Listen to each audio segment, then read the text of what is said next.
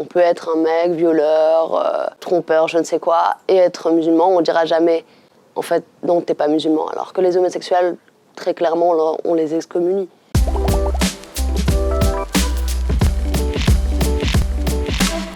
Wow. Je m'appelle Fatima Daas et j'ai publié mon premier roman, La Petite Dernière. Mon roman raconte l'histoire d'une jeune femme d'origine algérienne qui est la seule à être née en France de sa famille, qui est lesbienne, musulmane, pratiquante. À l'adolescence, j'étais croyante, mais je ne savais pas trop en quoi je croyais. J'étais plutôt musulmane par mimétisme, parce que j'ai eu cet héritage de mes parents qui sont musulmans pratiquants. Et du coup, je pratiquais pour aussi être en relation directe avec eux. Et je recherchais ce sentiment d'appartenance. J'ai su assez tôt que j'étais lesbienne, mais j'ai mis du temps à me le formuler. Quand j'ai réalisé ça, je me suis dit que c'était pas possible en fait. Je me suis dit que ça n'existait pas parce que je connaissais personne, je connaissais aucune fille lesbienne, je connaissais aucun mec gay. Je raconte un passage dans mon roman de violence en fait. Au lycée, Fatima rencontre un garçon qui est efféminé, ce qu'on appelle efféminé. Et en fait, elle l'insulte et elle le fait trébucher. Je parle de cette scène parce que la première fois que j'ai su que ça existait, j'ai été violente. Parce que j'ai pas supporté de voir quelqu'un exister qui me ressemblait. Et parce que j'étais pas au point de me dire que je suis lesbienne. J'ai mis du temps à en parler à mes amis, à ma famille, pour les personnes qui le savent aujourd'hui. J'en ai parlé à mes sœurs, d'abord à une de mes sœurs qui l'a très bien pris, qui l'a accueilli en fait.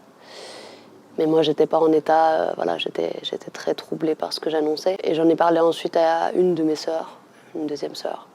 Au début ça a été assez compliqué, mais il a fallu du temps en fait, aussi pour que moi je comprenne qu'il y avait un moment pour dire les choses et qu'on ne pouvait pas balancer ça comme ça en fait, et que l'autre a besoin d'avoir l'espace et le temps d'accueillir cette parole-là, bien qu'elle nous concerne seulement nous. Je pense qu'on doit pas faire attention à ne pas imposer quelque chose que les gens ne veulent pas entendre. Je pense que ce qui est dur, c'est d'avoir l'impression de ne pas pouvoir être lesbienne et musulmane, en fait. Quand on nous a répété toute notre vie que c'était pas possible, que ça n'existait pas, que si on est homosexuel, on peut pas être musulman. On peut ni croire, ni pratiquer.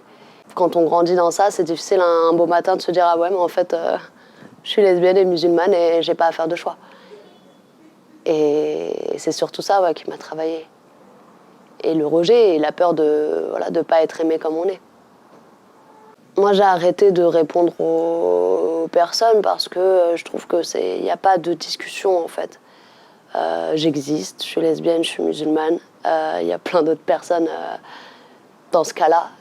Je ne réponds plus à ces discours-là parce que j'ai l'impression qu'il n'y a plus rien à se dire. C'est-à-dire que cette violence-là, elle vient surtout d'une incompréhension et d'une ignorance. Et c'est complexe parce que l'homosexualité, c'est le seul, entre guillemets, péché qu'on ne tolère pas du tout.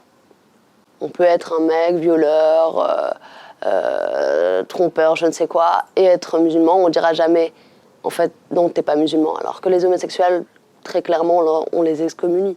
J'ai été jugée à des moments, mais pour plein d'autres raisons aussi. J'ai été jugée parce que je suis une femme, j'ai été jugée parce que je viens de Clichy-sous-Bois, j'ai été jugée parce que je suis lesbienne, parce que je suis musulmane. Parfois c'est tout en même temps, parfois c'est juste parce que je suis lesbienne, parfois c'est juste parce que je suis musulmane. Et parce que je suis les deux, surtout. Désolée, moi il y a des jours où je suis plus bavarde, mais là c'est compliqué, tes questions elles sont compliquées. J'ai écrit, j'ai pas parlé.